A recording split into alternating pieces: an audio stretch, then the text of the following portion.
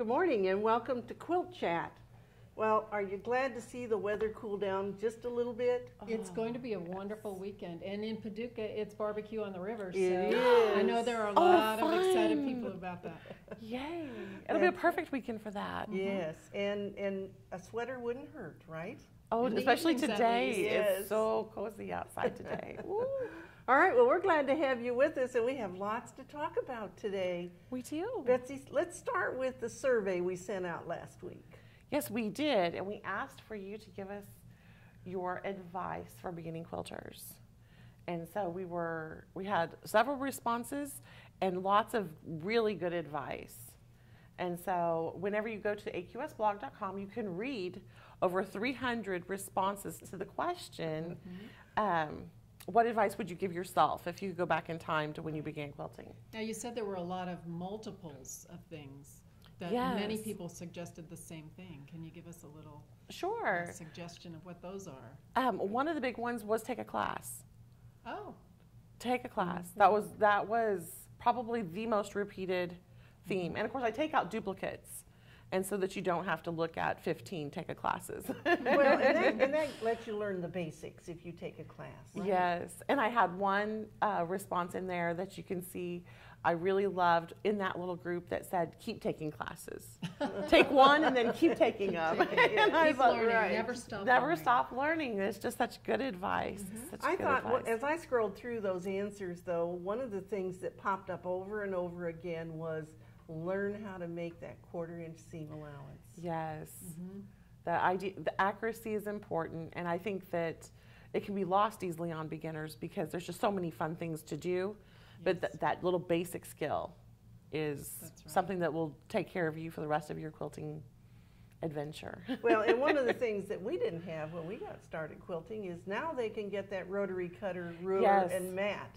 And Yes. that's almost a necessity for quilters today. Isn't that funny? That was the #1 item they thought a beginning quilter should invest in. Was overwhelmingly they need to buy that rotary cutter, mat, and rulers. And then #2 was the best machine they could afford. They thought that was really, really important. And so, I think something that's important with the rotary cutters that beginners don't always think about is changing the blade. Yes. true, you're that's a right. really Very good thing. important because, I know Your I've skills gotten go down fast with frustrated. that. Why? Otherwise. Why are those last couple of threads not cutting? Don't you love when you get the nick and it always does that Yes, all the way up? it goes- Oh.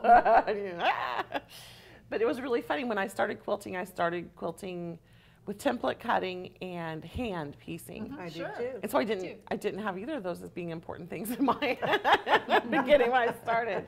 But it is so neat to hear so many different people from different parts of their journeys. And we even had a little beginning quilter in there with her commenter saying, well, I just started, but this is the advice I give myself. Right, right. And I thought it was wonderful. Hey, Absolutely we've got wonderful. Jeanette watching us from Germany Oh, hi. Oh, yes, and gosh. Michelle Crawford from Spokane, Washington. and from South Africa. Wow, that's Frances that's Manson? wonderful. Yes, it's so good to see And all of you. Brazil. Okay, My say her goodness. name. Lucia Lucia dos Prazeres. Prazeres. Maybe. And so it probably Yeah, is. thank you. Is it evening there? I bet it's evening there. You know, it's morning here. So It's lunchtime here. Yes. Almost. isn't it? It's not morning, it's lunchtime. Yes, well, we're glad to have all of you with us, and don't hesitate Yes. to ask a question if you have something you'd like us to answer, too. Wonderful, yes. We'd be more than happy to answer that for you. Oh, Well- Lucia just sent kisses. Oh, so I must have mwah, said right it back. right. You did. See, you're very good. Ann always helps me pronounce things. And Carla Gilmore from Oklahoma. Yes. All right, It's now, a popular Betsy, I morning. know we were talking about the 1/4-inch Yes. seam allowance, and so what's the best way for them to get that 1/4-inch seam allowance? Well, you know, there's lots of methods, but one of the most true and tried ways is to use a 1/4-inch foot. And there's a couple different styles of 1/4-inch foot. And this week we had 3 feet in the On Point newsletter. So at AQS blog, you can go and read the article on the 3 feet. The 3 basic feet for a quilter is a 1/4-inch foot, a walking foot, and a hopping foot. Yes. And so we took really good up-close pictures so that you could see those and kind of explain the basics of each foot and what they're used for in the quilting process. And the 1/4-inch foot we have on there is the Bernina style, which has the marked increments on yes, it. on Yes. the foot. And the foot, the 1/4 inch foot, the neat thing about it is it always comes to a 1/4 inch edge of your fabric. So it's, the edge is a 1/4 inch away from this needle, center needle position. Well, and they're different. Sometimes the 1/4 inch foot has a foot blade that comes out that is 1/4 of an inch on each side. Correct. Some of them is just on one side. Correct. Some of them have a blade that goes along the side. They do. So whatever is good for your machine, that's what they need to get. I have a question about 1/4 inch seams. I was putting together charm squares that had Yes. the zigzag edge. So the What do point you of the do? zigzag edge is your 1/4 inch. The point of it is the 1/4 The inch? outside point. Oh, the point of it The, is. that, I thought you whenever meant you, the point. no, the zigzag, whenever you're doing any of those, because they used to did a lot. Yes. They would, when those, especially when the pre-cuts first came out, they have those crimped edges, and so you always measure from your outer point Right, okay. I just. whenever wanted to be you're sure. zipping those together. And that's gonna help you the most, yes. All right, now I see you have a whole pile in front of you today. I sure do. I have a couple of pictures to share. We had show and tell on the blog, and that's my favorite week. And so I have a state block that was done by Ellen Eastman, and she did a beautiful job. That's Hawaii. And she Oh, wow. totally self-interpreted all the fabrics, which I love. I love the way she isolated the parrots, the Oh, birds that fussy in there. cutting Yes. is everything, and it was just so much fun. And it really caught the spirit of Hawaii. A lot of those felt tropical and beautiful. She's going to use that as the center for a round robin in her guild So she'll have fun with that. That'll be pretty. Won't that be Yes, beautiful? Especially if they use some of that pretty fabric that she used in there. Oh, isn't that gorgeous? We have a tip here from Michelle. She's saying basically that creating the 1/4 inch seam is important, but if you don't accurately measure, first of all, the True. 1/4 inch doesn't Help really much. So you have to mean a cut thing. accurately. Yes, Yes. you do. Thank you, Michelle. That's always good advice. And then the next image I have for you from our show and tell is the Journey to Paducah quilt. And this is our first one completed. Oh, yay. Oh. Quilted and bound, Yes. 47 days. Tish Overly says it took her to go from beginning to end for the Journey to Paducah quilt. I love it with the white background. Isn't that too. fun to It's see something Totally different? different. It's always a lot of fun to see how you all reinterpret and create all these different patterns and designs. That's always fun to see you make it your own. And I brought as a treat to show you, in the member only area for the Journey to Paducah, we did some 700 quilt designs, and I thought I would just show you, fan these out a little, see. We have 700 different block ideas for you for quilting over there in the member area. And it's all 35 blocks for the Journey to Paducah. And my process is I hand draw all of them first. And then we have a wonderful designers here. And Linda Smith is who happened to work with me, and she drew every one of these drafted them in the design program. And she's a whiz at drawing anyway. Oh. I wish I could use my computer half that well. Right? And so she did amazing. So she interpreted every one of my little scribbles into beautiful artwork that you see over there on the member only site. And so these are designs they could use on other blocks too. It doesn't just have to be the blocks that we drew, right? Right, and you can see that there's, if you start looking at them for a while, you kind of catch the method to the madness, and you get some ideas of, if you pay attention to where your dark value is and your light value is, these all had the uniqueness of having a black background. So I was constantly dealing with, whenever we were quilting in the dark, you don't have to do a lot because it's going to recess anyway.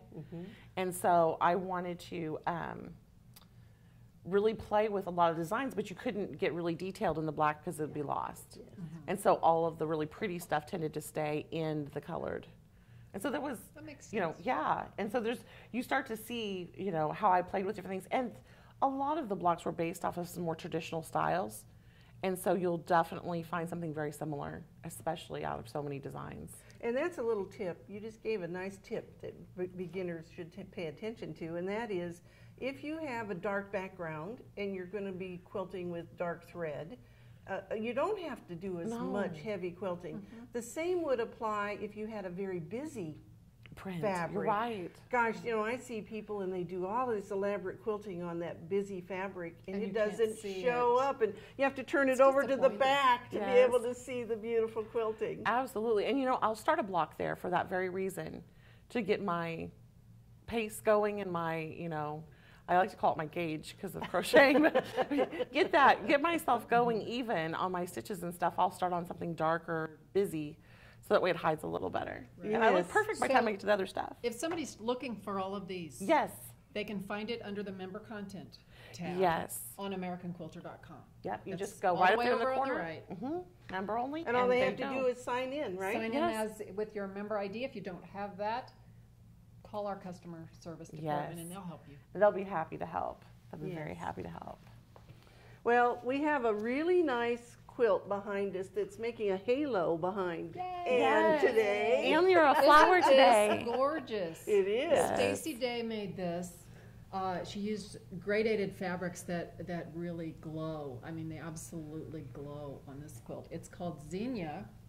It's coming up in the next issue of American Quilter, which you will be receiving very, very soon. Oh, it's a little sneak peek. Now, the pattern that is in the magazine is done with solids. The actual directions are for solids because we assume that more people will have just regular solids. But it's another bonus of going to the member-only site.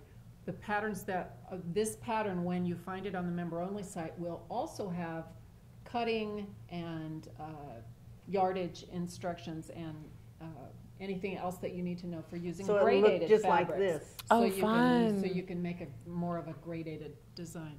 This isn't this gorgeous. It It's is. just It's so really, beautiful. really so well pretty. done. I always Yeah. love Stacey Day's designs. Mhm. Yeah. Well, do you know what? It is almost time for the last quilt show of the year. We're Oh, going we've to come to that Virginia Beach. time. And that show Thank is you. October 3rd through the 6th. And oh my gosh, we have so many wonderful special exhibits. Lenore Crawford, who will be teaching at the show, has some of her art quilts will be on display Oh, there, called A Few beautiful. of My Favorite Places.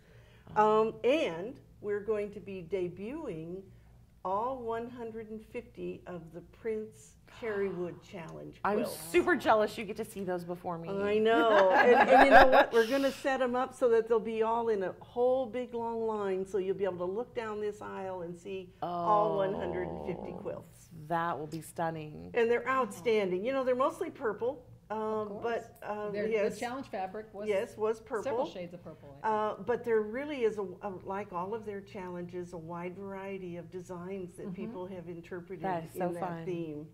And we have other quilts too, the Best of QuiltCon, the Maryland Badgers quilts, Oh. and her quilts Yes. are so Wow. stunning. She really is a long arm pioneer. If you go for just one thing, see Maryland Badger's exhibit. It is beautiful.